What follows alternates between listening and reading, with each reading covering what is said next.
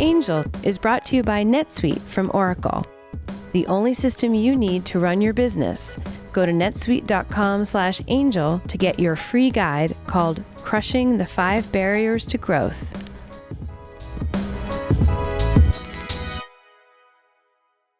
Hey everybody, welcome to Angel the Podcast. This is the podcast companion to angelthebook.com. Yes, I wrote a book called Angel about my adventures angel investing in 150 companies, 6 of which became unicorns famously. And in the book, I talk about strategies where you, as a founder, can raise money from angels, and as maybe a high net worth individual or perhaps a non-accredited investor, now that that's opening up to more individuals, you could even invest as little as $100 or $500 or $1,000 in a startup, and perhaps, who knows, maybe hit lightning in a bottle, maybe have a 10x, 50x, or 100x return on your investment. I know this sounds crazy, but this is how angel investing works. This is how early stage investing works. You've probably wondered about it. Who are these people? How do they get access to these deals? What do the contracts look like? How much is the value of the company? Well, that's what we talk about on this podcast and in the book. So read the book, angelthebook.com. Perhaps if you like the sound of my voice, congratulations, you're one of like 3 people who like it, myself, my mom, and you. And you can then listen to me read the book on Audible, which we love Audible. And you can listen to this podcast. Season 1 just ended. And we're now in Season 2 of Angel. We're going to do 10 great episodes with a dozen or so amazing angel investors and early stage investors. Many people ask me, what are the differences between these rounds of funding, Jason? I hear sweat equity, I hear bootstrapping, I hear friends and family, angel round, seed round, and eventually I hear Series A. When you hear Series A, that means you're typically having an institutional investor, a professional grade venture capital firm that invests millions of dollars and takes a board seat. That's venture capital. Right before venture capital is a range of funding options. Bootstrapping means you don't raise money from anywhere. You just basically use your customers as the ones who pay you in advance sometimes for your product, like Kickstarter. That's bootstrapping. Or Indiegogo, if you see somebody raise the money there. Sweat equity. That means you and your co-founders just put your own sweat and your effort into building the product. You don't take any money from anybody. Friends and family, self-explanatory. It's your friends and family. You're bold enough to take their money. But after those 3, and before the venture capitalist phase, we see early stage investing defined as angels or seed stage funds. Today on the program, we have the Urban.us fund. Urban. You don't say Urban Us, do you? Yeah. You do say Urban Us? Yeah. Okay. And we try to change everyone on that domain name. Yeah. And so with me today, I have 2 guests, Shaun Abrahamson, who's the managing partner, and Stonely Baptiste, who is a partner at Urban.us Ventures. Welcome to the program. Thank you. Thanks. I know, Stonely, you and I have gotten to know each other pretty well. You come to all of our incubator classes, give great feedback, and you're a true champion to these startups, so thank you for that. Shaun, you and I are just getting acquainted now. Tell me, what is Urban Us, and why did you start it? So we invest in any startup that we think is going to make city life better. And so at the moment, that covers things like transportation, housing, some very boring stuff like waste and water, energy, and then the last category is government. So we try and help, try and focus on startups that help governments deliver services. Got it. Why are cities important to you, Shaun? How did you come up with this concept? Why cities? Why a city-led fund or city-focused fund? So probably about 5 years ago, Mayor Bloomberg was heading up this group called C40 Cities. It was like the 40 largest cities in the world. And they were trying to figure out what they could do to contribute to reducing climate risk. So either resilience or reducing emissions. Got it. And one of the sort of really outstanding stats was that cities are about 70% of emissions. And so if you sort of follow cities' growth against emissions, you're like, well, so cities are climate change. So that was the starting point. And then I think as we started to work together and we started to look at, okay, if you get beyond emissions, assuming you're going to solve for emissions, you actually want lots of people to live in cities because it's a very efficient lifestyle. Yeah, that was what I was just wondering when you're saying that, because I thought cities would be, on a per capita basis, less carbon. So they might be the majority of the carbon, but on a per capita basis, isn't the majority too? They're better. So if you look at someone who lives in like the middle of Manhattan, Yeah. and you sort of all in, what's your footprint? Yeah. You're doing a lot better than the person who's commuting in an hour. Right, because And the so- commute is burning a lot of fuel. Right. So living local saves a lot of time. Right.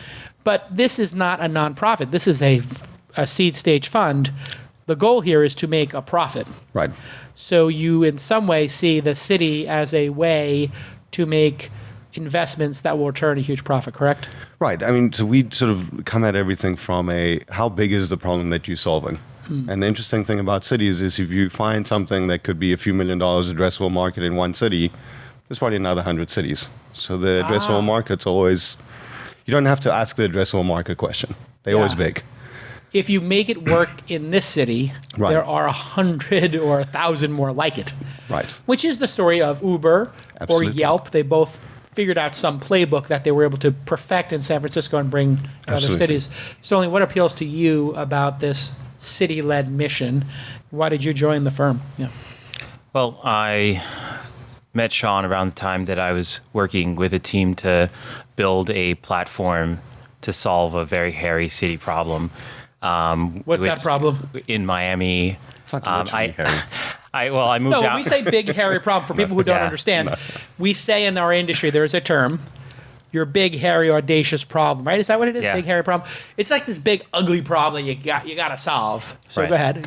Yeah, What was the problem in Miami? Well, I had moved down to Miami after selling my software company that I built in Fort Lauderdale. And Fort Lauderdale and Miami share one thing in common. They're both river cities. They're next to the water. They have waterways going through them.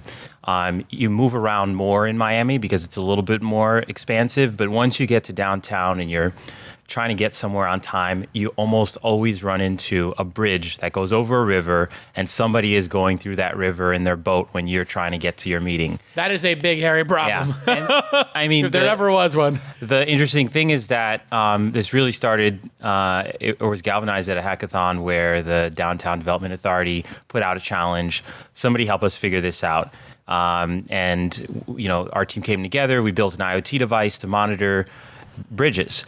And we looked at the data. There are a few 100,000 pieces of movable infrastructure, bridges specifically in the U.S. throughout all the cities. Wow. There are all the railroads and railway crossings. So there's a bunch of movable infrastructure that there's just no eyeballs on it, no awareness of what the status is. And that's where we started. And it goes without saying, that's a really hard problem to solve. Oh, yeah. You're running into regulations. We've tried selling to the city, so you're running into procurement. There's permitting. You're also dealing with permitting and regulations at the federal level because you're talking about public infrastructure that has national security implications. So in any case, Shaun and I met at just a great time where, as an entrepreneur, I was thinking about these challenges. Shaun had been angel investing and started, doing the research and homework around specifically focusing on the city problems. And in general, it just seemed like, yes, the bridge thing was interesting, but there was this much bigger, more interesting problem of, all of the challenges of cities that could be solved with entrepreneurship. Yeah. Who else might be out there trying to solve these problems, running into the same walls that I'm running into? So before going completely bust on this startup, I decided to take the resources pool together with Shaun and start finding some of these founders and supporting them. Writing checks, of course, because we automatically knew that would be one of their pain points, but building out a network around them to support co-investors, other founders who could give advice, city officials who are more friendly. It seemed like after more than a decade of building various types of companies, I didn't plan to become an investor per se, but I had developed a passion and a compassion for entrepreneurs, and this felt like the right way to give back. But also, I don't think I could find a more exciting and interesting problem set.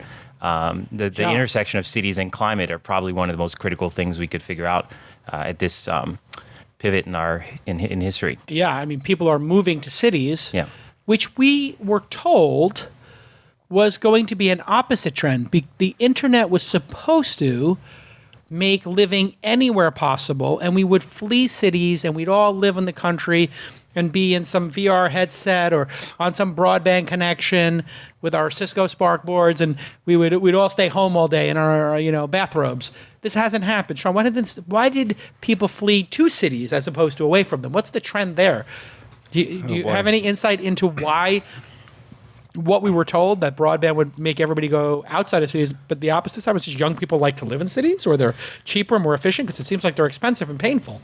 Yeah, I mean, my sense is, so Stonly and I now routinely debate this, as he's trying to figure out, okay, do you need to live in San Francisco, or can you live an hour away? Yeah. Right. And so it's really interesting to articulate, like, what are the benefits of being nearby? And a lot of it is, I have Jason had something, and now we're back on, and we can chat with him. Yeah. Like, if we were living 2 hours away, it's like you lose no optionality. Collision. Right, there's no collision. Yeah. And so I think social, to some extent, increased the number of potential collisions, but you can't realize the optionality if you're too far away. Right. So we can get to know each other on LinkedIn. We can fist bump each other with stars and hearts on Twitter as much as we want. But at a certain point, being able to sit down and have a cup of coffee or meet with the founder is what needs to happen. There does seem to be some trend of the areas around cities becoming more viable. Maybe you could speak to that a little bit, Stonely. The Oaklands or the Brooklyns of the world are now seemingly becoming cooler and hipper and more desirable for young people. Maybe you can talk about gentrification versus the sort of rebooting of certain areas, because it does seem, when I go to New York now, and I grew up in Brooklyn when it wasn't cool, and I strive to get to Manhattan. Then I got to Manhattan, and now here we are 30 years later, and nobody wants to be in Manhattan. They want to be in Brooklyn. Brooklyn's cool. What's the impetus for this, and what's the opportunity? Well, I mean, there's two things there. One is the development of what we're calling, or what's being called, megaregions, as a mega region. Megaregion as a core city bursts out at the seams. You just can't fit any more people into that mega region, and so folks start commuting, but not from too far away. And ultimately, you end up with clusters of those folks, and those regions themselves become, those cities themselves become part of this broader, larger, and growing mega region. So San Francisco isn't an independent city on an island. It's now Oakland and the peninsula all play with each other, and people are moving between those regions. And so you really can't talk about San Francisco as an independent city anymore. It's the Bay Area now. It's the Bay Area. You have Fremont becoming a destination after Tesla was there, and now I guess Zuckerberg's going to put a Facebook office in Fremont. Right. And so the second trend is what's being called the urbanization of the suburbs, where you're going a little bit further out, but you're finding people who are often still commuting into the city and becoming very spoiled by the benefits you get out of the city, which are, very walkable, the connectivity that we talk about. And so there's a push and efforts to create those same amenities in the suburbs. So bringing more of those local destinations and the walkability to the suburbs. That's fascinating. So if you have a suburb and you can make it feel more like a city, then maybe people go to the city twice a week. Yeah. But they have a little mini city there. Exactly. And it's very interesting. I remember in New York, when New York was kind of busting at the seams, Philadelphia, of all places, became a commuting city. People would take Penn Station to Penn Station, live in Philly, come to New York 2 or 3 nights a week, crash on somebody's couches. It's like 50 minutes. It's not it's a little expense because of the Amtrak costs a little bit of money, but it did become a sort of a mega city. Did you call it a mega city? Mega region. Mega region, right? Not a city, a region. It's the entire region.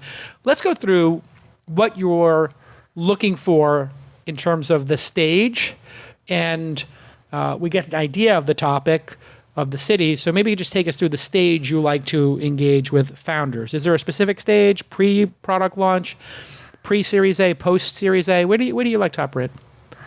So I think we started off at seed, before seed had sort of before and after and sort of variations.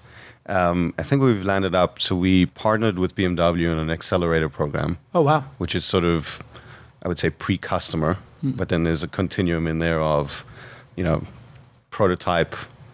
There's a few companies with customers. So sort of think of that as maybe 5 million or lower in valuation, roughly.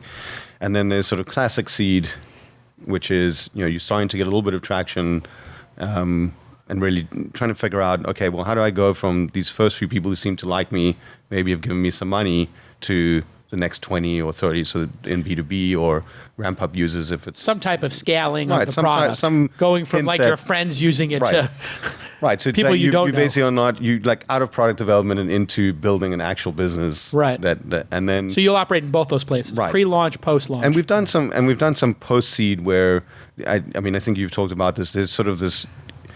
You need to hit some very specific metrics to get to Series A. Right. And you may be a little bit short of that, so you want to buy some more time so you can boost your valuation. Yeah. So we've done a few of those. Which people would call Stonely, I guess, seed extension or pre-Series A round.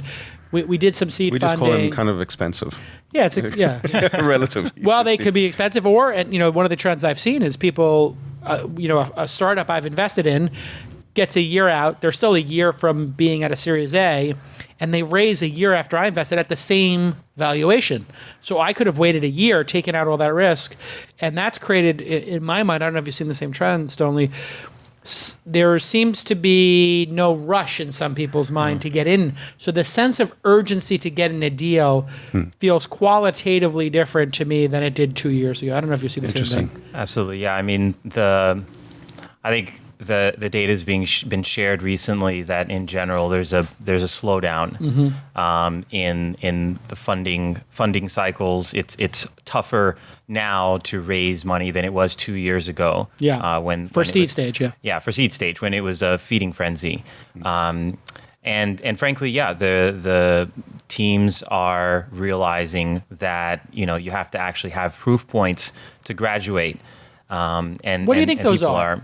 When you think about graduating to Series A, when you see a company get a Series A done efficiently, what qualities do they have?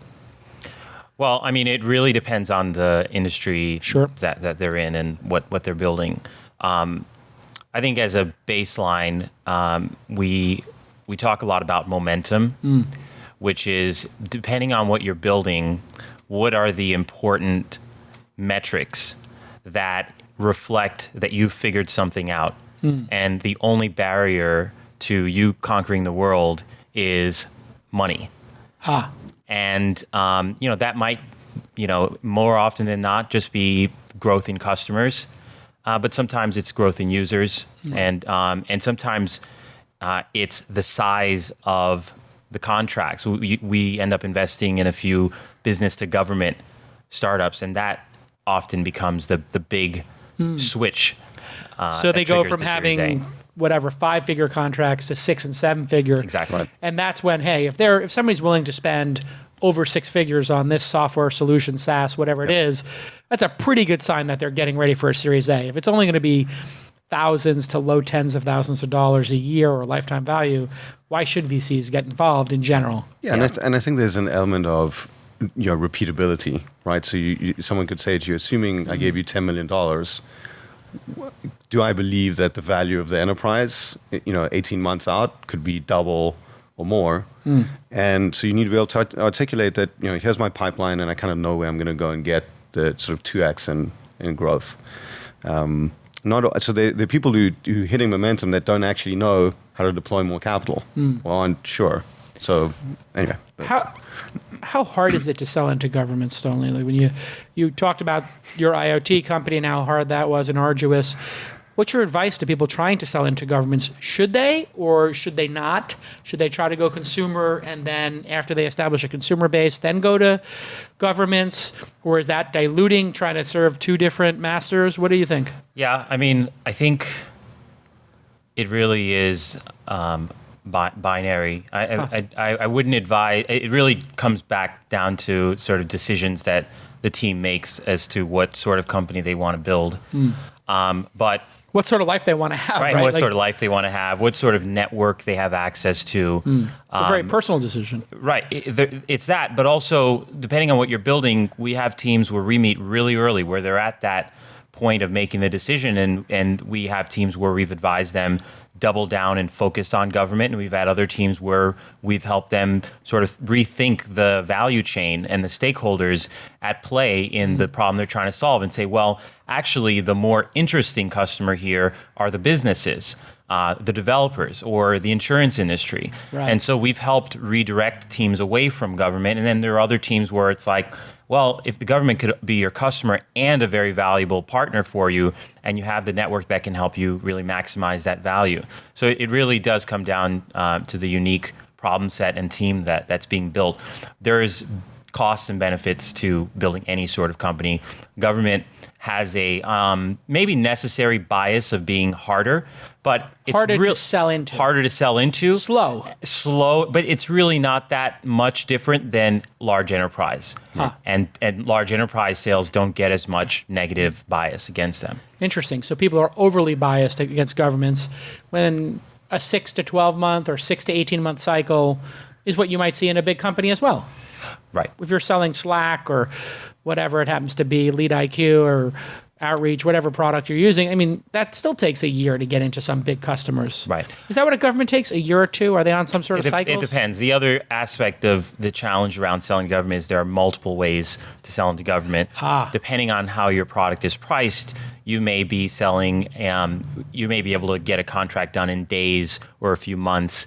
If you're a six-figure product, then you're maybe looking at a year plus. Now you're triggering all kinds of review because you're dealing with taxpayer money. Exactly. It makes it much more difficult. But then I would think that they're willing to pay high prices and go long with the solution. They probably stick with the product for 5 or 10 years. Right. I mean, a lot of stickiness, a lot of value, relationship value.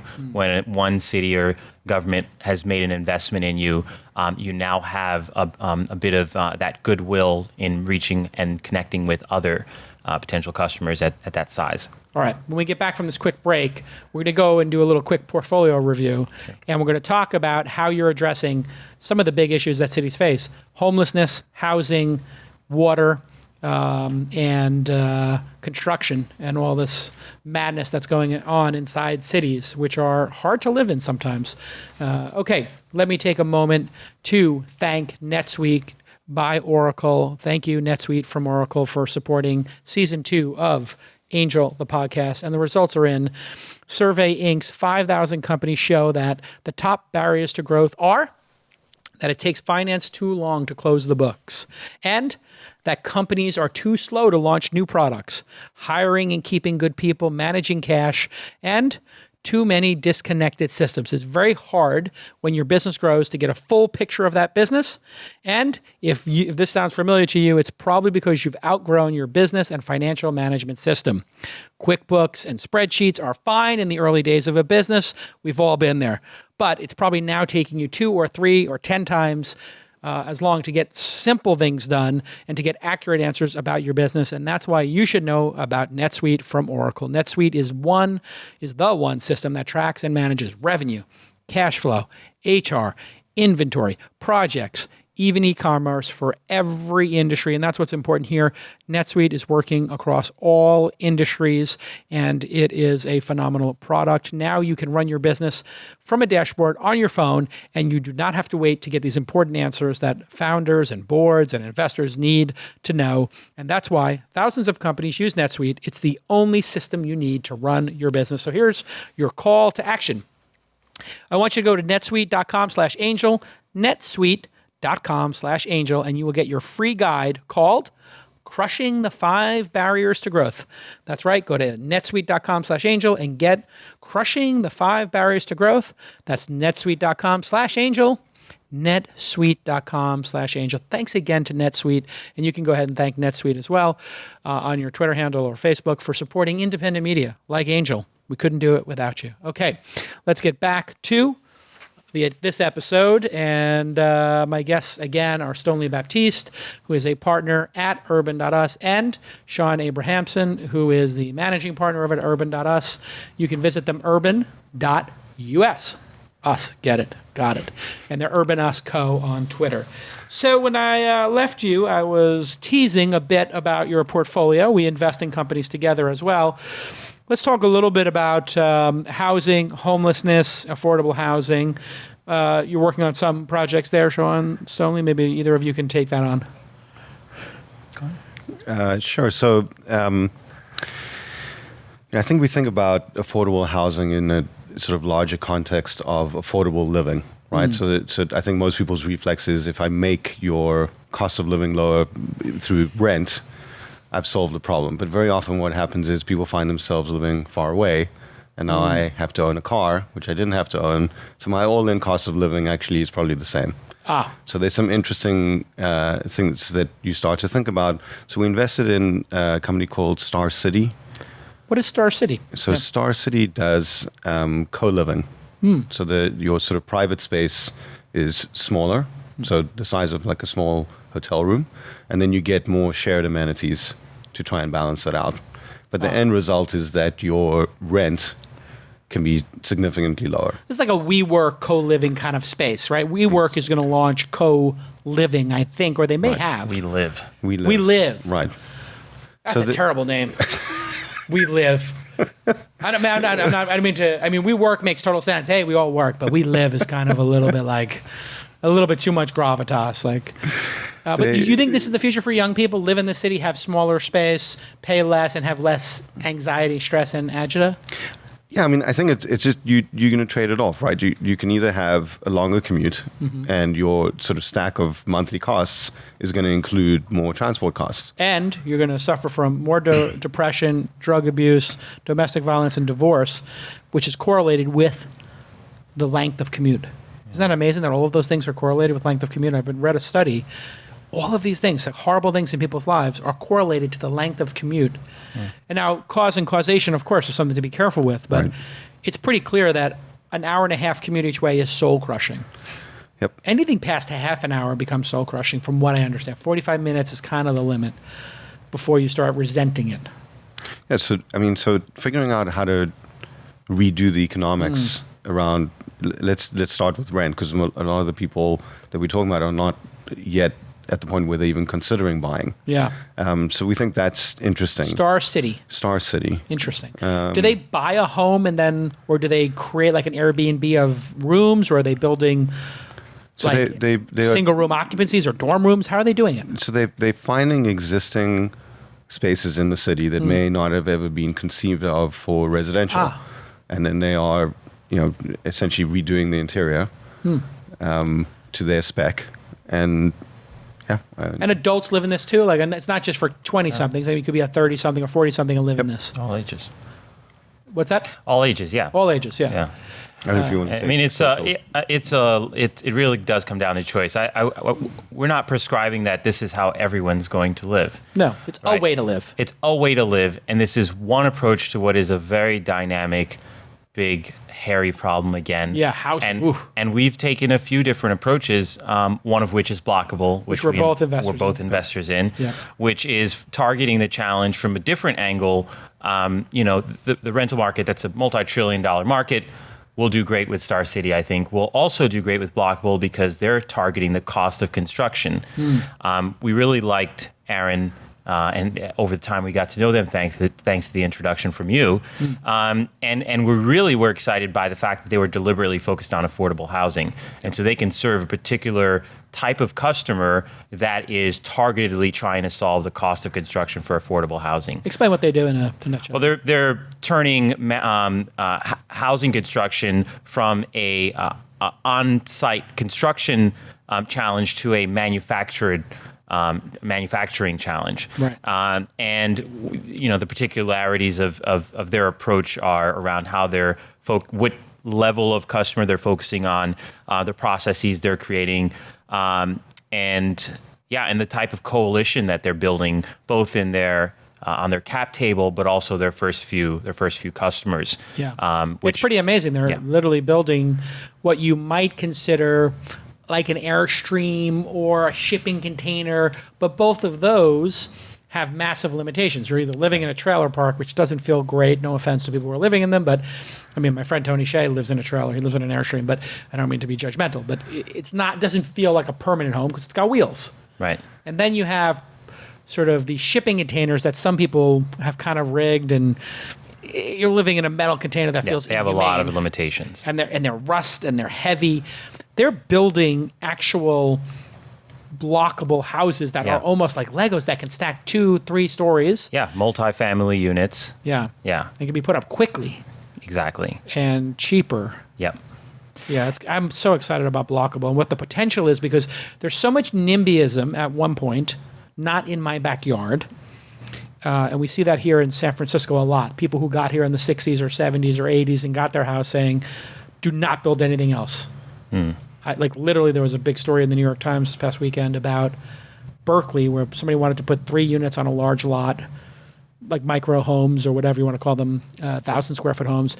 And the neighbors in Berkeley, which is supposed to be like a progressive place, the most progressive place in the world, were stopping them from adding additional housing because they're NIMBY, not in my backyard. Yep.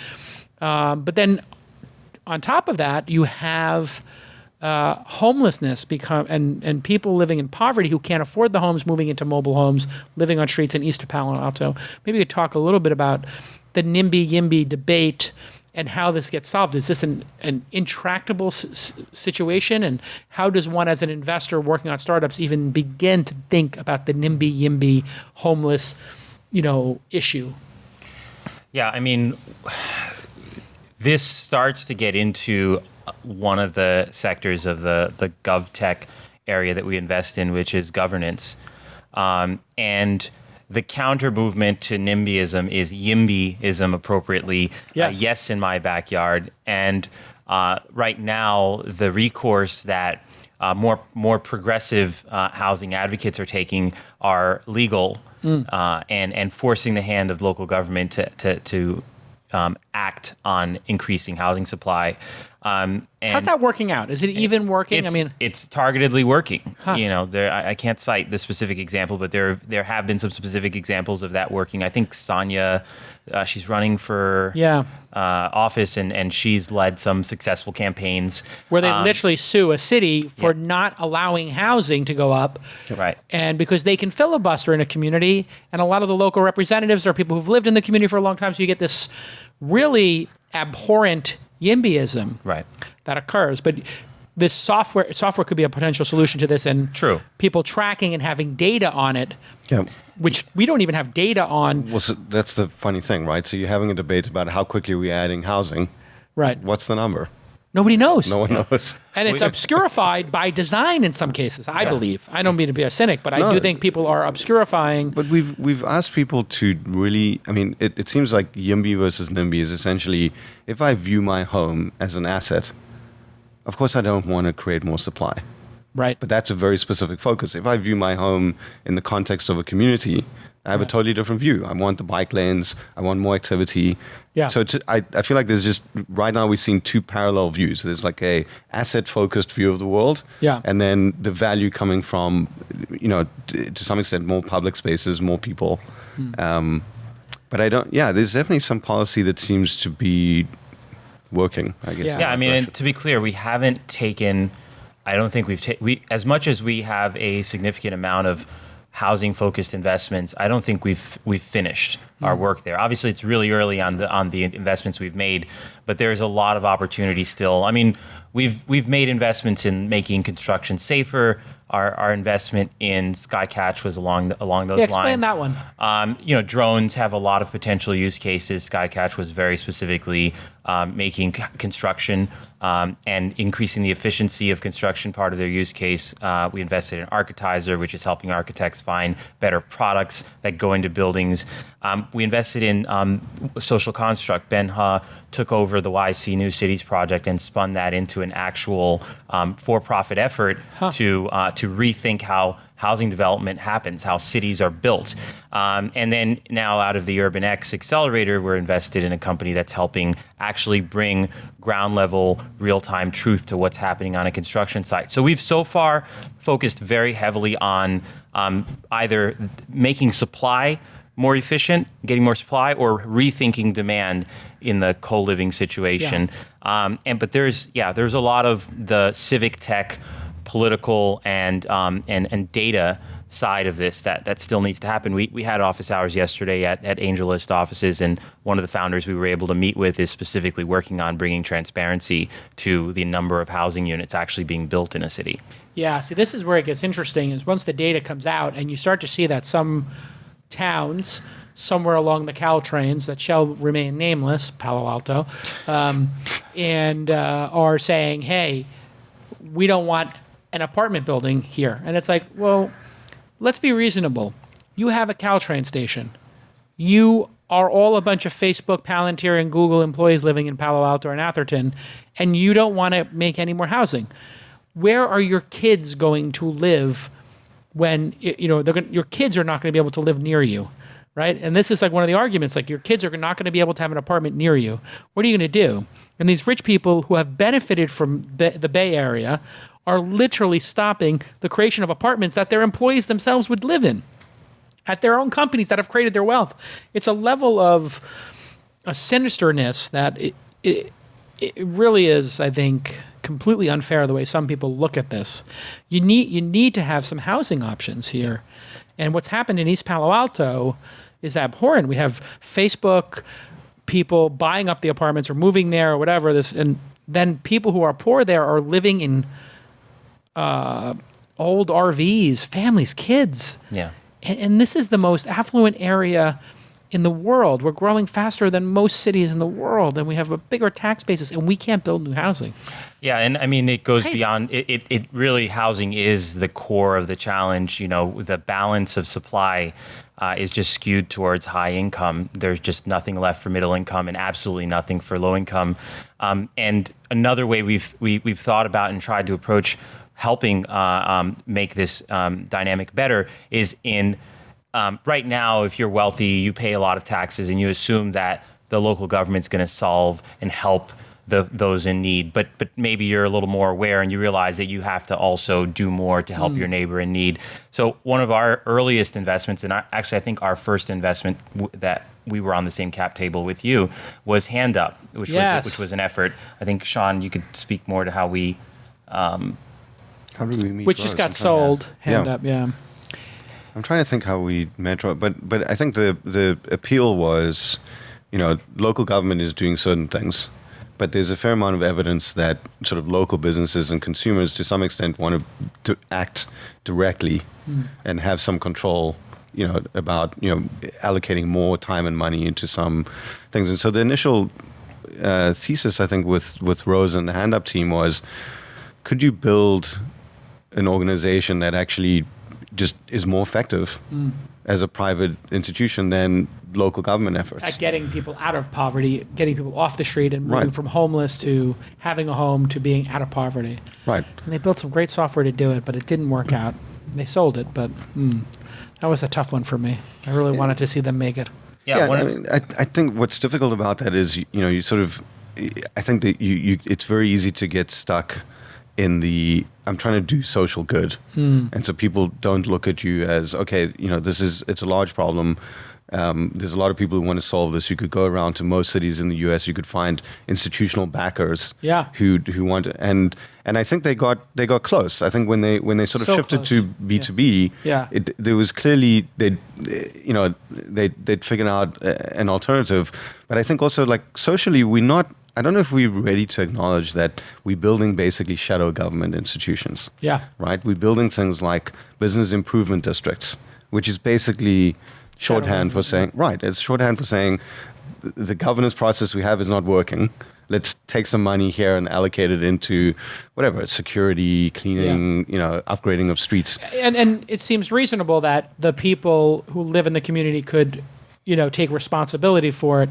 And I do think it's also one of these things with benefit corporations. I feel like when a company calls itself a benefit corporation, there's a group of investors who say, oh, nonprofit. No, it's a new class of benefit corporation. And I remember having this debate on my other podcast this week in Startups with Rose about, hey, what is this benefit corporation? And I made the investment because I wanted to sort of get into it, but I've actually now advised people, please don't call yourself a benefit corporation. Interesting. Because I've seen how people view it. Right. Not every investor is progressive enough or enlightened enough, or who knows, but it feels like a scarlet letter to me that when you put the B corporation on, people say, oh, I'm not going to get a return. Look, at a fund level, we had the same problem.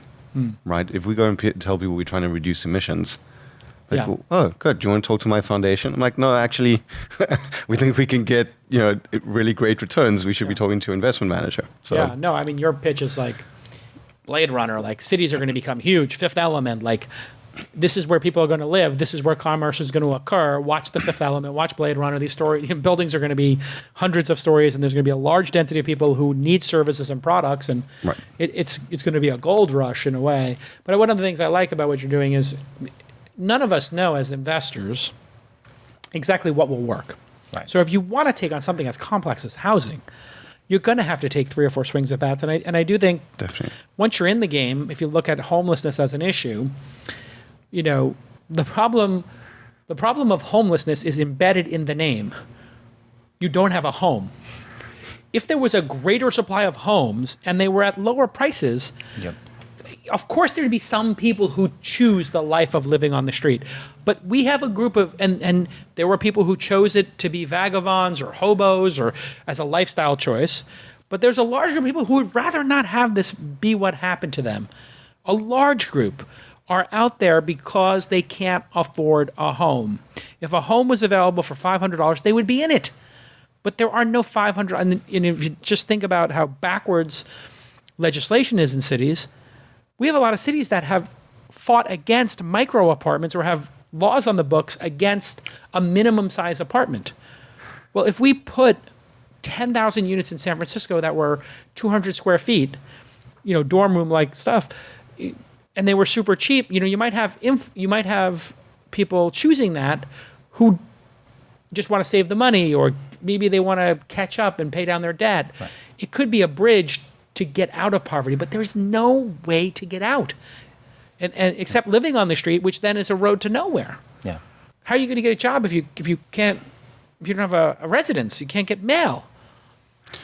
Yeah, I mean, It's infuriating to me. I'm sorry. One of the Don't other say interesting, that, one of the other interesting things I think on affordability is going to be, so if you look ahead at autonomous vehicles and you think about the cost of moving around, the window may close on San Francisco's opportunity to build those apartments. Oakland may land up building them, Right. or South Bay may build them, and then the cost of getting in and out of San Francisco may drop. Right? Right. And you have more competitive ways of getting here, and I don't have to drive. I don't have to own a car. Yeah. Yeah, That's going to be kind of interesting. I mean, if you think about it, I read that there were a number of bus lines in either San Francisco or other cities that when they took the cost of maintaining the bus line, people were paying $2 to get on the bus. But the actual cost of running that bus line divided by the number of people made each ride cost $15. So in other words, the person paying $2, the city was losing $13 on that ride, but they felt they needed to have that bus route. Then you have something like Lyft line or Uber Pool show up Right. at $4.50. Right. Well, maybe the city should just charge $2 for a Lyft line and then pay Uber or Lyft. I obviously have a horse in the race, but it would still save them $10, which they're doing. Right. There's some places you don't need a bus line. You just need affordable, subsidized, perhaps, Uber Pool-like services, Lyft line-like services.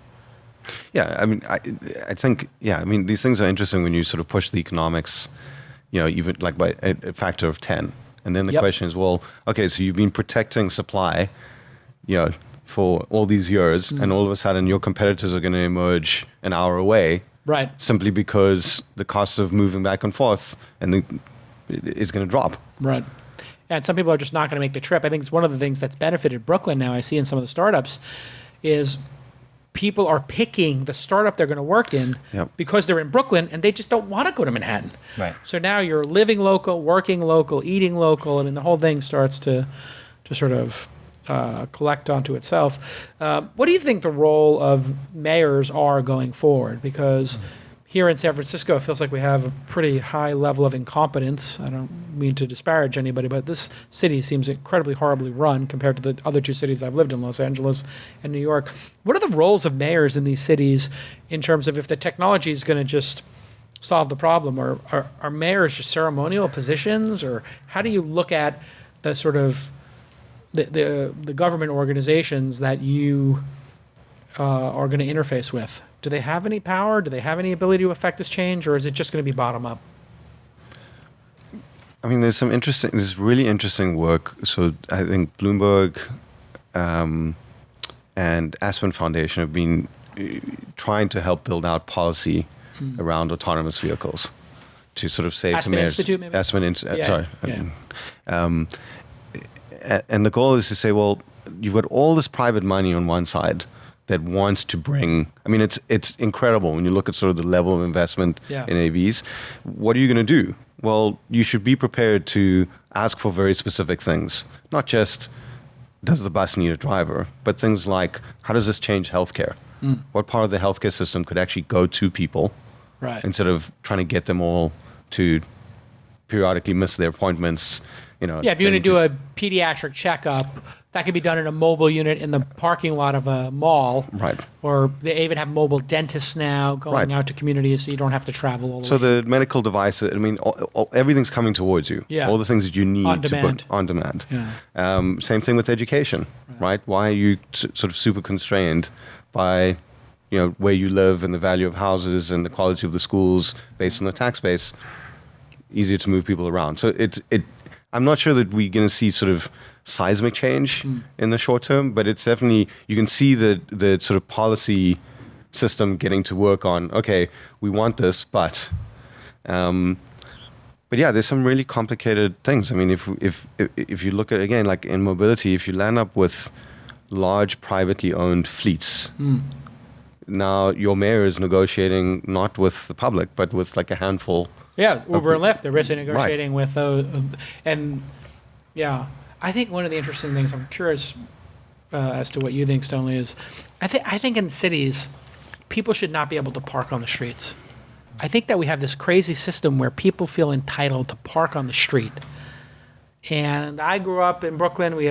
People felt it was their right. Manhattan, for a while, people felt it was their right to park on the street in front of their apartment, that those were their spots. But in a modern world, the idea that you leave a big, whatever, couple of ton vehicle box on the street, and everybody's got to navigate around your box of metal in the middle of the street, and you park it there for free and cause all this congestion, makes no sense to me. Right. San Francisco would be so much more livable if nobody was allowed to park on the street, with the exception of very residential neighborhoods. But this idea that people are parking, because then everybody double parks. And Ubers and Lyfts are so much more efficient. We should just give them the curbs to drop people off. And why do people need to have cars? If you can't park a car in a garage, you should not have one, is my belief. I don't know. Am I crazy or wrong? Is it elitist? Or what do you think? Would you get rid of all these parking spots? That might be my first act as mayor.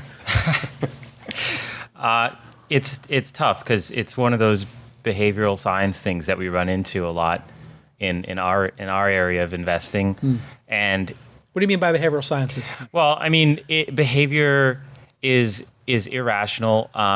We teach a course at the University of Chicago Booth School. So I think we're obligated to pay attention to Richard Thaler's work about irrational behavior, and working against self-interest. And parking is one of these. And parking is one of these, right? Definitely. You're making your overall lifestyle harder by having a car, but when you're behind the wheel, you really want there to be convenient parking. Right. And so, it's one of these triggers where in aggregate, you're working against yourself. But at the moment, you're going to make this really bad decision of driving into the city and trying to find parking on the street.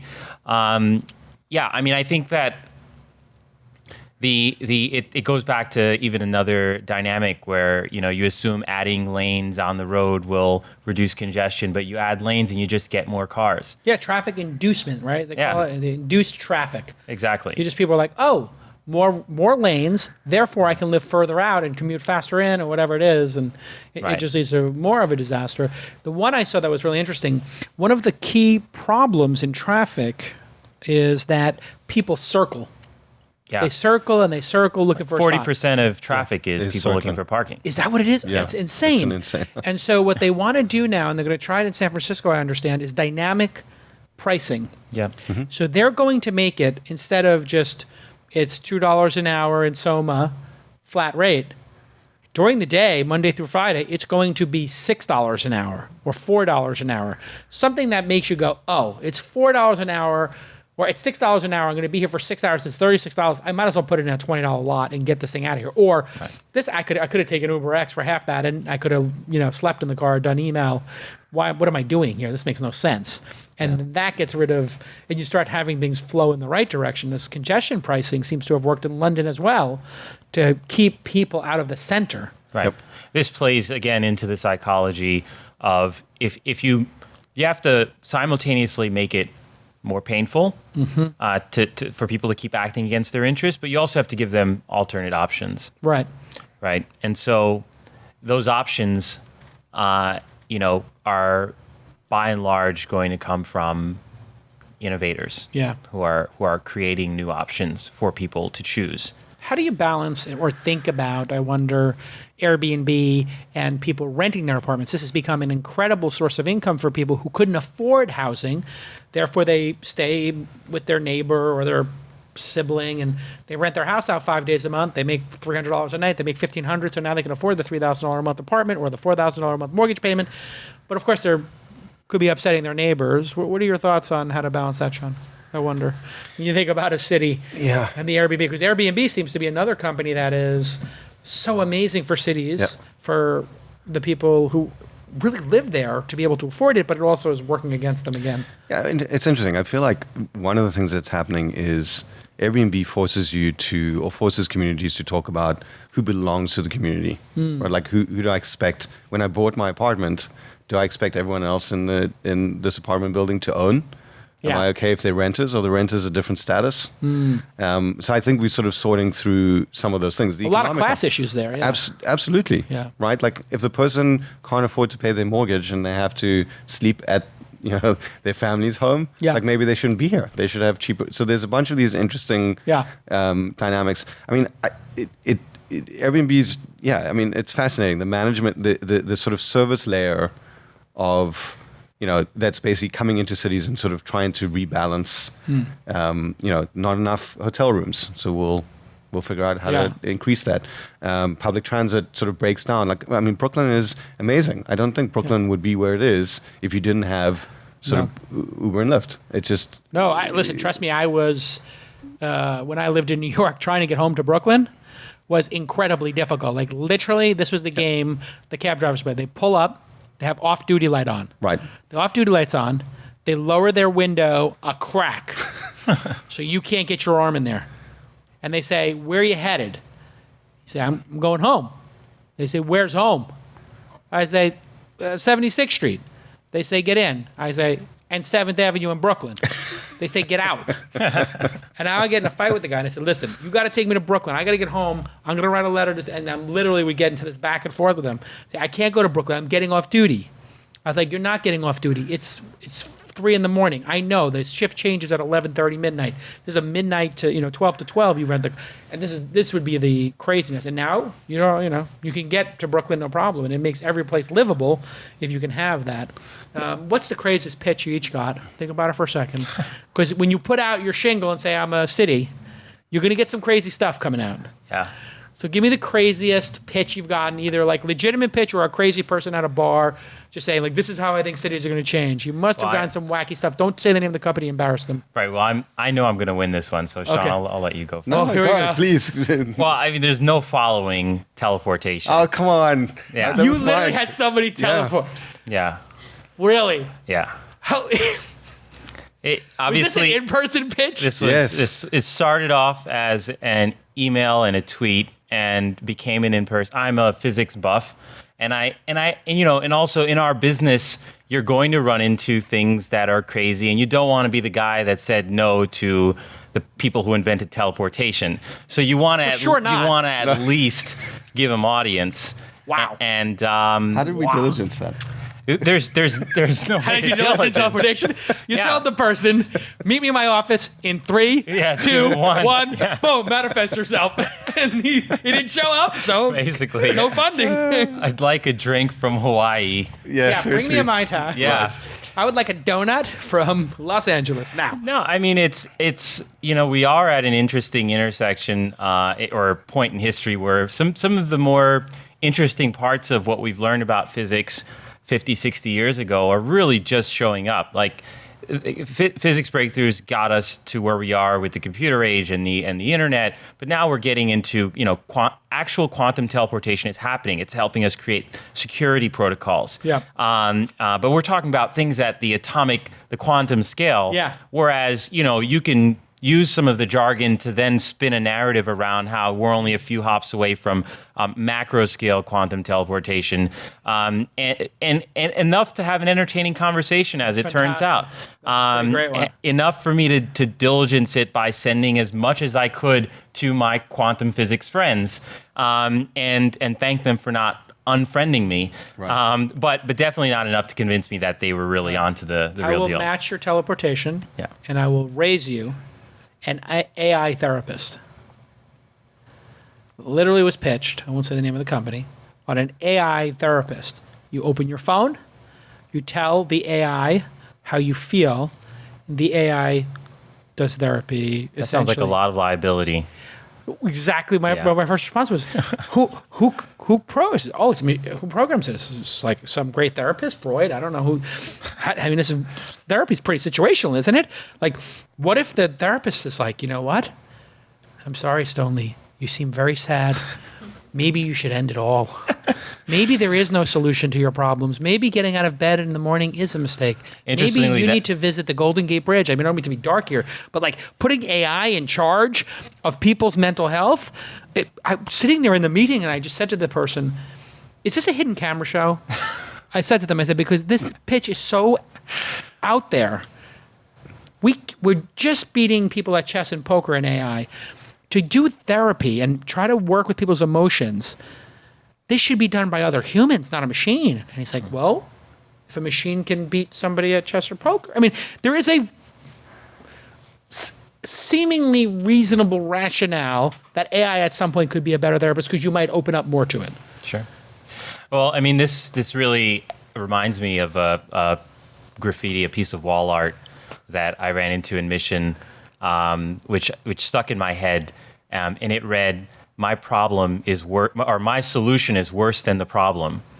And My solution is much worse than the problem. Yeah. I love that. And I mean, you get entrepreneurs, and we really do owe a lot to the entrepreneurial spirit.